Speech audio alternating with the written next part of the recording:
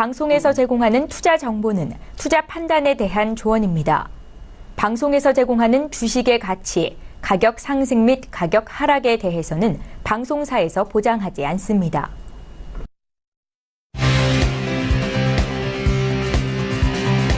슈퍼스탁 발굴 프로젝트 글로벌 슈퍼스탁의 김민아입니다. 아직도 이 증권시장 내에서는요, 미중 무역 갈등이 혼재해 있습니다. 사실 꽤나 오랫동안 이어졌기 때문에 우리 투자자분들 중 무뎌진 분들도 계시겠지만 이번에는 심상치 않다라는 의견들이 많이 있습니다. 실제로 6월 FOMC에서 매파적 발언이 가세하면서 이 투자 심리를 더욱더 위축시켰기 때문이죠. 해외 선물을 투자하시는 분들이면 다 아시겠지만 안전자산인 엔과 금이 상승을 하는 것 같습니다. 이럴 때일수록 우리 해외 선물 시장의 동향을 잘 살펴보셔야 합니다. 오늘도 저희 글로벌 슈퍼스탁과 함께 분석을 해보시죠. 저희 방송은요, 서울경제TV 홈페이지 그리고 톡스타 홈페이지를 통해서 함께 하실 수 있습니다. cntv.co.kr, 톡스타.co.kr을 통해서 접속해 보시기 바랍니다. 참고로 본 방송에서 제공하고 있는 정보는 투자 판단에 대한 조언일 뿐 주식의 가치나 수익률을 보장하고 있지 않습니다. 저희 서울경제TV는 자본시장법을 준수하여 1:1 투자 상담, 유사수신 행위, 무인과 영업행위, 불법 대여계좌 홍보 및 가입 권유 등 모든 불법 사항들 엄중하게 금지하고 있습니다. 자, 우선 시장 동향부터 체크하고 가도록 하겠습니다. 네, 먼저 국내 시장부터 살펴보시죠. 먼저 코스피 지수입니다. 코스피 지수는요, 어제 심리적인 저항선인 2,400선을 뚫었습니다. 현재는요, 0.22% 떨어지면서 2,371선을 유지하고 있습니다. 네, 수급 동향도 함께 체크를 해보도록 하겠습니다. 지금 현재 외국인은 계속해서 팔고 있습니다. 외국인과 기관이 쌍끌이 매도 중이고요. 개인만 나홀로 매수 중입니다. 네, 바로 이어서 코스닥 지수도 보도록 하겠습니다. 어제 코스닥 지수는 3%나 빠지면서 우리 투자자분들 많이 당황하셨을 텐데요. 현재는 0.31% 빠지면서 837선을 유지를 하고 있습니다. 네, 바로 이어서 수급도 또 함께 체크를 하도록 하겠습니다. 네, 수급은요, 개인과 기관이 팔자세고요. 외국인이 300억 원 정도 매수 중입니다. 네, 이 코스닥 같은 경우는요, 사실 코스닥 상장사 내 중에서는 이 중국의 수출 기업들이 많기 때문에 하락폭이 큰 점을 유념을 해주셔야 될 것 같습니다. 네, 바로 이어서 해외 선물 시장도 체크를 해보도록 하겠습니다. 네, 해외 선물 시장 나스닥 지수입니다. 현재 0.65% 떨어지면서 7,229선을 유지하고 있습니다. 네, 바로 이어서 S&P 500 지수입니다. S&P 500 지수는 0.5% 떨어지면서 2,765선으로 유지하고 있습니다. 네, 바로 이어서 달러 인덱스도 함께 보도록 하죠. 달러 인덱스는요, 현재 0.17% 떨어지면서 94로 흘러가고 있습니다. 네, 상대적 지수라고 볼 수 있는 이 금값입니다. 금은 현재 0.27% 오르면서 1283선까지 올라왔습니다. 마지막으로 크루드 오일도 체크를 해보도록 하겠습니다. 크루드 오일은 0.3% 떨어지면서 65달러로 거래 중입니다. 네, 중국 시장을 한번 체크해보도록 하겠습니다. 중국 시장은요, 어제 용선제로 휴장이었습니다. 그래서 현재 15일 마감장을 알려드립니다. 15일은요, 0.73% 떨어지면서 3,021선으로 마감했습니다. 네, 마지막으로 항생지수도 함께 체크를 해보도록 하죠. 항생지수는요, 0.43% 떨어지면서 33,309선에서 마감했습니다. 네, 마지막으로 암호화폐 시장도 함께 체크를 해보도록 하겠습니다. 암호화폐 시장 현재 비트코인은 700만 원대에서 움직임은 별로 보이지 않고 있습니다. 나머지 에이다, 이오스, 아이스테이는 이더리움도 소폭 움직임은 별로 보이지 않고 있는 부분 확인했고요. 네, 다른 코인들도 함께 보도록 하겠습니다. 퀀텀은 0.08% 빠지고 있고 리플과 네오, 스텔라, 루멘, 비트코인 캐시는 소폭 상승 중입니다. 네, 마지막으로 거래량 체크해보도록 하겠습니다. 네, 거래량입니다. 이오스가 역시 아직도 1위를 차지를 하고 있는데요. 이오스가 1위, 2위는 비트코인, 그 뒤를 이어서 트론, 에이다, 이더리움 순으로 거래 중입니다. 네, 지금까지 각종 시황 소식 알아봤습니다. 이제 본격적으로 글로벌 슈퍼스탁 문을 활짝 열도록 하겠습니다. 첫 번째 시간에는요, 주요 해외 이슈들을 체크해보는 시간이죠. 글로벌 이슈 앤 가이드 시간이고요. 저희 최유은 캐스터와 함께 어떤 이슈들이 나와 있는지 알아보겠습니다. 안녕하세요. 최유은입니다. 시장에 영향을 주는 글로벌 이슈에는 어떤 것들이 있을까요? 외신과 함께 살펴보겠습니다. 네, 외신 보시기 전에요. 오늘 어떤 이슈들 나와 있는지 함께 살펴보시죠. 네, 오늘 첫 번째 이슈입니다. 오늘 첫 번째 이슈는요, 미국 증시가 미중 간 무역 전쟁 심화에 따른 우려로 전일 혼조 마감을 했습니다. 조금 이따가 외신을 통해서 다시 알아보도록 하고요. 두 번째 이슈 함께 보시겠습니다. 네, 최근 이 오르락내리락 했던 국제 유가가 오펙 회의를 앞두고 상승했다. 이런 소식입니다. 관련된 외신 함께 살펴보시겠습니다. 네, 첫 번째 외신은요, 마켓워치에 나온 기사고요. 제목 보시면 Dow logs fifth straight drop, but stocks end up low as energy tech limit trade war slide. 이렇게 제목 나와 있습니다. 다우지수가 5거래일 연속 하락을 했다. 하지만 에너지주와 이 기술주가 이 하락폭을 낮췄다. 이렇게 설명을 하고 있습니다. 네, 관련된 내용 조금 더 자세히 보시겠습니다. 마켓워치에서는요, 미국 뉴욕 증시가 28일 미국과 중국 간 무역 분쟁 우려 영향으로 혼조세를 나타냈다. 다우지수는 5거래일 연속 하락했으며 대형주도 하락세를 면치 못했다. 이렇게 설명을 하고 있습니다. 전문가들은 어떻게 이야기하고 있을까요? 한 걸음 더 들어가서 보시도록 하겠습니다.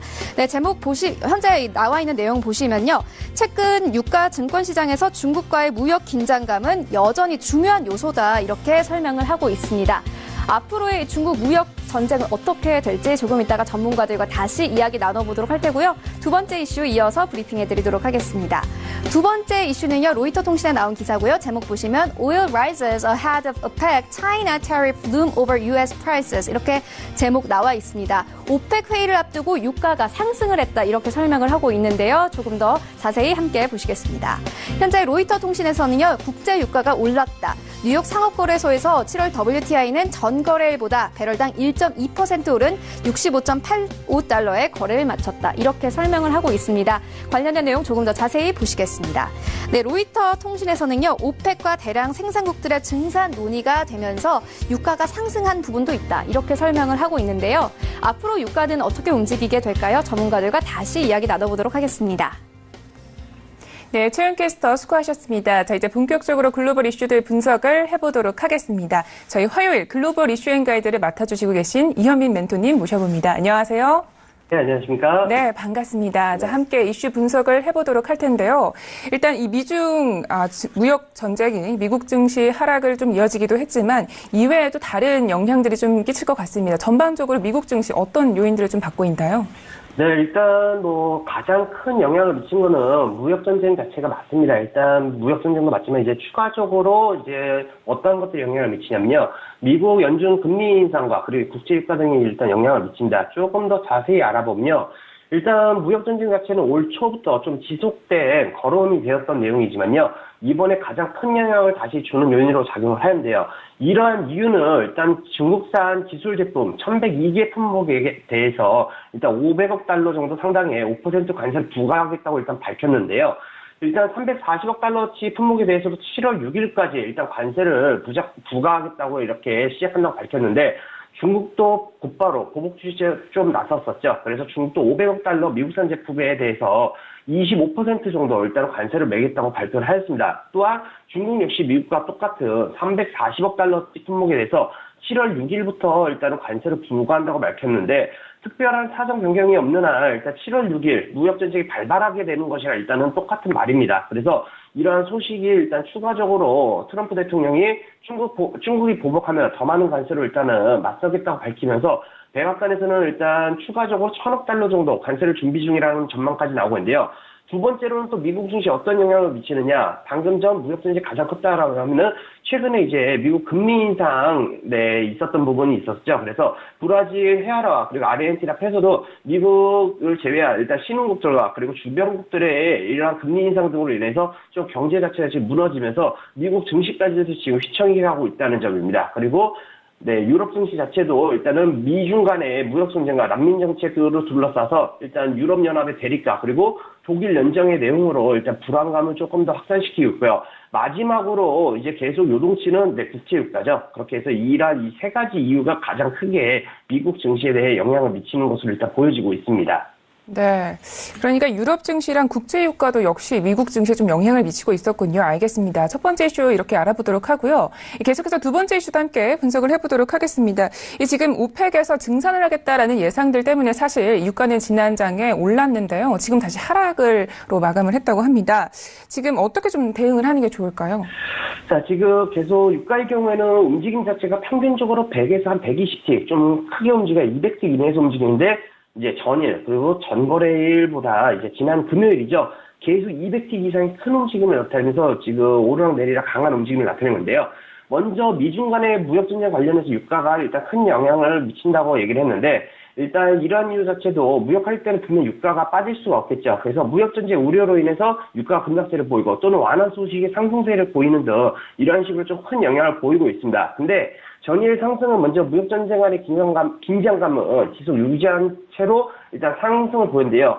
이러한 이유는 일단 22일, 23일 오스트리아빌에서 일단 열리는 일단 정례회, 오펙의 정례회의죠. 그래서 감산 합의 완화 가능성도 유가에 영향을 일단 미친 것으로 일단 보여지고 있습니다.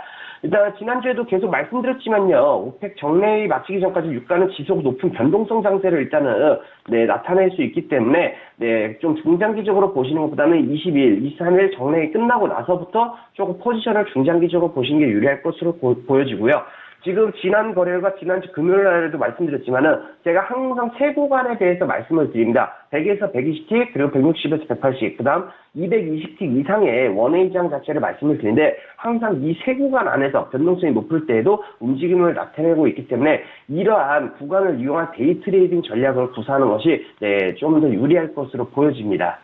네, 알겠습니다. 이 증산은 유가의 하락으로 무역 전쟁은 상승으로 이어질 수 있다 이런 이야기고요. 이어서 20일 오펙 회의도 잘 주목을 해보셔야 될 것 같습니다. 자, 이렇게 해서 이슈 두 가지 살펴봤습니다. 자, 이번에는 이슈 두 가지를 바탕으로 가이드 한 줄 평을 들어볼 시간입니다. 네, 멘토님, 오늘의 가이드는요?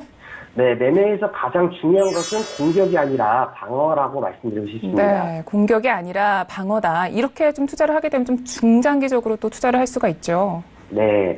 일단 기본적으로 우리 시청자 여러분들도 그렇고 이제 개인이 매매를 할 때 보면은 기본적으로 이제 우리가 좀 공격 투자라거나 또는 추격 매매라든지 이제 어떻게 보면 좀 공격적으로 매매하는 습관들이 있습니다. 그렇지만은 이런 공격적인 습관적인 매매보다도 어떻게 보면 우리가 조금 더 항상 실수를 줄일 수 있는 부분을 줄이면서 확률을 높여가면 그만큼 조금 더 수익이 날 확률이 높아지는 거기 때문에 항상 이제 수익에 대해서는 이제 확률 싸움이죠. 그렇기 때문에 우리 항상 놓치는 기준이라든지 또는 매도매매라든지 이러한 부분들을 줄이다 보면 방어를 해 나가다 보면은 결과론적으로는 이제 수익이 날 수 있다 이러한 내용입니다. 네, 알겠습니다. 가이드 한 줄 평 잘 들어봤습니다. 자, 본격적으로 지난 장엔 좀 어떤 트레이딩 전략을 펼치셨는지 그리고 오늘은 좀 어떻게 대응을 하면 좋을지 들어보도록 하겠습니다. 먼저 유로FX부터 봐보도록 하겠습니다.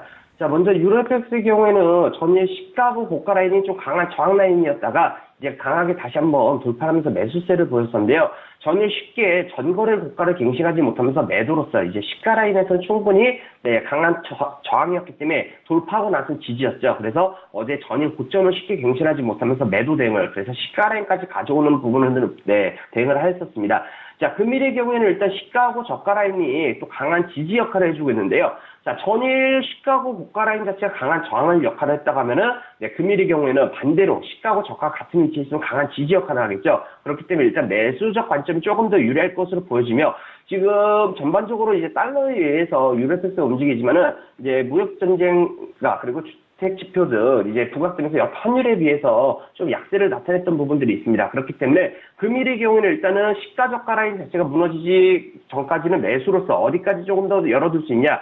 1.18260 라인까지 일단은 매수로서 열어둘 수 있으며 지금 전거래일 전거래일과 그리고 3거래일 전에는 강한 매도세 이후에 일단 어떻게 보면 약간 조정, 아래쪽에서 조정 보이는 모습을 보였지만은 전반적으로 이제 저가 라인 자체가 올라가면서 움직임 자체를 나타내기 때문에 금일 추가적으로 올라간다 할 때 1.186 라인까지 다만 지금 무리한 매수 대응보다도 추가적으로 시가나 저가 또는 1.170 라인 부근에서 강하게 지지받는 모습을 보면서 매수 대응하는 것이 유리할 것으로 보여집니다. 그리고 매도 대응 자체는 전거래 고가의 1.17040 라인이 무너지기 전까지는 일단 지속적으로 매수 관점으로 대응하시는 게 유리할 것으로 보여집니다. 다음으로 5일 봐보도록 하겠습니다. 자, 유가의 경우에는 전일 아시아장에서 강하게 하락세를 나타내는 이후에 매수세를 나타내는데요. 전일의 경우에는 일단 다시 한번 시가고 고가, 유로FX와 마찬가지로 강하게 돌파한 이후부터는 이제 매수적 관점으로서 어제 매수 대응으로 65.50 라인까지 일단 저는 대응을 하였었는데요. 추가적으로 65.80까지 새벽장에 조금 더 올라갔으나 전일 고점 자체가 오늘의 경우에는 강한 저항 라인 역할을 할 것으로 보여집니다. 지금 강한 내림 이후에 다시 한번 반등을 하고 있지만은 전일 고점과 지금 당일 고점 시가 라인에서 지금 붙어 있는 만큼 65.70 라인과 65.80 라인에서 강한 저항을 역할을 할 것으로 보여지는데요. 금일 위쪽으로 갱신하지 못한다고 했을 때 65.80 라인과 66 라인대를 안착하지 못한다 했을 때는 다시 한번 65.00과 64.90 라인까지는 한번 내려올 수 있으며 다만 65.80과 90 라인이 안착된다고 했을 때는 위쪽으로는 66.40 라인까지도 상승할 수 있다는 점 참고하시면 좋을 것 같습니다. 그렇기 때문에 매수는 65.80 라인 돌파하고 나서부터 다시 한번 내려왔을 때 당일 시가라든지 또는 65.50에서 지지시 매수적 관점으로서 대응하시는 게 유리할 것으로 보여지고요. 다만 위쪽 65.80 라인을 갱신하지 못한다 했을 때는 매도적인 관점으로 65 라인 때까지 열어두면서 대응하시는 게 유리할 것으로 보여집니다. 다음으로 골드 봐보도록 하겠습니다. 자, 골드의 경우에도 지금 강한 하락세 이후에 유로FX와 같이 전일 조가 아래쪽에서 지금 조정받는 모습을 보였는데요. 지금 골드의 경우에도 전일 고점을 살짝 갱신하긴 했지만은 아직까지 아시아장에서는 큰 움직임이 나타나지는 않고 있습니다. 골드의 경우에는 추가적으로 전일의 경우에는 제가 무리한 움직임이 나타나지 전까지는 일단은 조정장이 나올 수 있기 때문에 무리한 대응은 하지는 않았는데요. 네, 금일의 경우에도 일단 1286 라인대가 다시 한번 돌파된다면 그때부터 매수적 관점으로서 대응을 하시는 게 유리할 것으로 보여지며 일단 최대한 아래쪽 1280 라인 무너지기 전까지는 지속적으로 위쪽으로 매수 관점을 열어두시는 게 좋을 것 같습니다. 그래서 1차적으로 1290 라인까지 간단하게 일단 볼 수 있고 2차적으로는 1295 그리고 1300 라인까지 열어두면 좋을 것으로 일단 보여지는데요. 아직까지는 큰 움직임이 나타나지는 않기 때문에 충분히 다시 한번 오늘 당일 시가 라인까지도 내려올 수 있습니다. 그렇다면 시가 부분에서 다시 한번 지지 라인 맞는 부분이 보인다면 그때 이제 복수 계약자분들은 같이 매수 대응을 다만 위쪽에서 86 라인대가 다시 돌파된다 했을 때는 좀 비중 줄여서 단기약 위주로서 매수 접근이 조금 더 유리하다라고 말씀드리고 싶습니다. 마지막으로 나스닥 간단하게 살펴보도록 하겠습니다. 자, 나스닥의 경우에는 전일 강한 하락 이후에 시가 고가 라인 부분까지 다시 한번 반등 만회하는 모습을 보는데요. 금일의 경우에도 일단 아시아장에서 시가 고가 라인이 강한 저항과 그리고 전일 시가 라인까지 같이 겹치면서 7274 라인과 5 라인 때는 강한 저항 역할을 할 것으로 보여집니다. 금일 추가적으로 유럽장까지도 내려올 때는 1208 라인까지 추가적으로는 1200 라인까지도 무너질 수 있으나 일단 1200 라인은 강한 이제 지지 라인 구간으로서 이 라인 자체에서 만약에 변곡 현상이 되면서 반등한다 할 때는 금일 중으로 다시 한번 시가 고가 라인까지 올라올 수 있다는 점 참고하시면 좋을 것 같습니다. 이상입니다. 네, 알겠습니다. 지금까지 유로FX, 오일, 골드, 그리고 나스닥까지 굉장히 구체적으로 잘 짚어주셨습니다. 자, 이렇게 해서 글로벌 이슈 앤 가이드는 여기까지 하도록 하겠습니다. 오늘도 말씀 고맙습니다. 네, 감사합니다. 네, 글로벌 이슈 앤 가이드 화면으로 정리하겠습니다.